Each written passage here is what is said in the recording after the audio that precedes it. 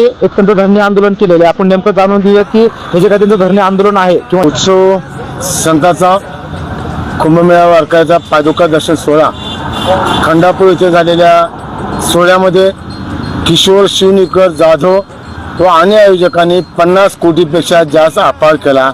याबाबत चौकशी करून त्यांच्यावर कठोर कारवाई करावी, त्यांना अटक करावी या मागणीसाठी आम्ही आज संबंधित पोलीस निरीक्षक चौरे साहेबांना निवेदन दिलेलं आहे. आत्ताच आमदार रमेश कराड साहेबांचं पत्र दिलेलं आहे आणि त्यांना सांगितलं की त्याची चौकशी करा.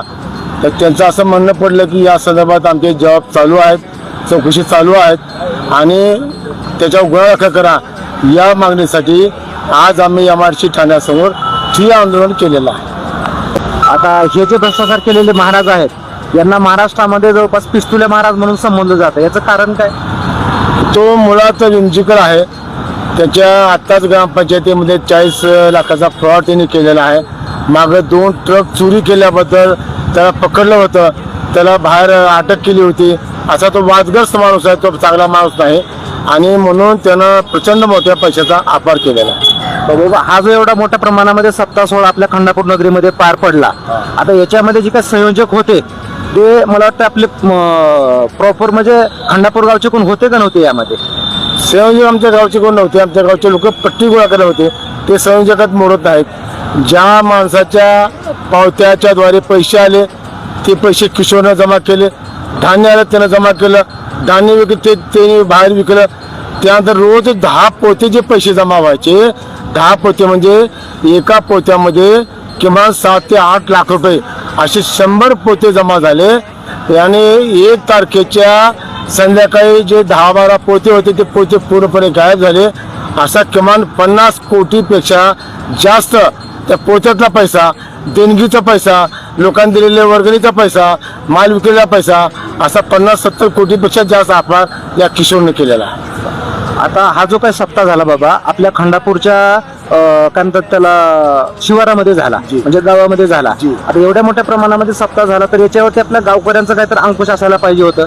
तुम्ही मोठ्या एवढ्या चळवळीमध्ये काम करताय, त्याच्यामध्ये आपलं थोडंफार काहीतरी अंकुश असायला पाहिजे होतं. या बाबतीमध्ये काय सांगा? काय झालं, एक तर कसं आहे की महाराष्ट्रात सध्या संतांचंच नाव सर्वश्रेष्ठ असल्यामुळं यांच्याबद्दल संशय बिलकुल नव्हता की खूप चांगले मोठे माणसं आहेत. म्हणून आम्ही पूर्णपणे जे करतील ते आम्हाला मान्य आहे. फक्त आमच्या गावाने सेवा फक्त केलेली आहे.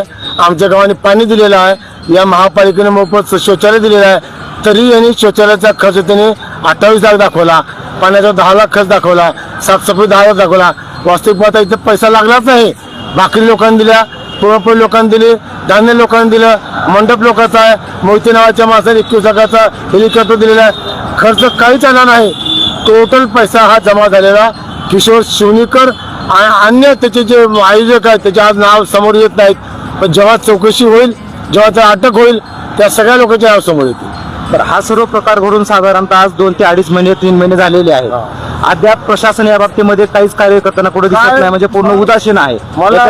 मला याचा संशय वाटतो मला की एवढा मोठा सोहळा झाला आणि 50 लाख लोक आमच्या गावात आले असताना ही पोलिसवाले गप्प काय? तुम्ही त्या गुटख्याच्या गाडीवाला पकडता, पैसे घेता, दारूवाला पकडता, पैसे घेता. अहो, आमच्या भक्ता लोकांचा एवढा विश्वासघात या माणसाने केलेला आहे, तरी पोलिसवाले गप्प काय? म्हणून पोलिसवाल्याविषयी जो संशय आहे ना या बाबतीचा आहे. मी तुम्हाला सांगतो, आता स्पष्ट बोलतो. आता माझे 71 वर्ष आहे, सर्वात जास्त चळवळी केल्या. माझी अशी इच्छा आहे या शेवटच्या 71 वर्षामध्ये मला 1 महिना पोलिसवाल्याच्या घरी फरशी साफ करायचं काम करायचं. असं मला पोलिसवाला द्या. तुमच्या मीडियाद्वारे बोलतो, ज्या पोलिसवाल्यांनी आयुष्यामध्ये 1 रुपयाची लाच खाली नाही असा पोलिसवाला द्या, याची फरशी साफ करायचं. पण असा पोलिसवाला मिळणार नाही. म्हणून आम्ही कधीही आमच्या कार्यक्रमामध्ये पोलिसाला बोलते, आम्ही जवानाला बोलवतो. पाकिस्तानच्या जेलमध्ये पकडले भारतीय देशभक्त यांना बोलतो, जवान बोलवतो, पण यांना बोलवत नाही. याचा विश्वास नाही. आमच्या भक्ताचे पैसे एवढे गेले आणि ऍक्शन घ्यायला तयार नाही आणि मग चौकशी करतो, जबाब घेतो. 2 महिने होऊन गेले, हे काही घ्यायला जबाब घ्यायला तयार नाही. याच्या अगोदर इथल्या पोलीस स्टेशनला किंवा इथले आपले पोलीस अधीक्षक वगैरे आहेत, या संदर्भात अर्ज निवेदन वगैरे काय दिलेले आहेत? माननीय तांबे साहेबांकडे निवेदन दिले आहे, त्यांनी एन्डॉर्समेंट करून यांना पाठवून दिलेलं आहे. आता यांचं म्हणणं असं, आमचे प्रदेशाध्यक्ष आणि ते जिल्हाध्यक्ष आमचे नेताजी, राष्ट्रीय जनरल सेक्रेटरी आमचे अमोलजी आता त्यांना भेटून आले. त्यांचं असं म्हणणं पडलं की तुम्ही आता आला ठिय्या आंदोलन करा, आम्हाला फक्त शेवटचे आदेश वेळ द्या, अशा पद्धतीचं म्हणणं आहे. आणि आता आमची 3 सहकार्य गेल्यामुळं आम्ही यांचं विनंती आम्ही मान देऊन आम्ही आता हे स्थगित करत आहे आणि आम्ही 2 तारखेपर्यंत आम्ही हे विड्रॉ करत आहे.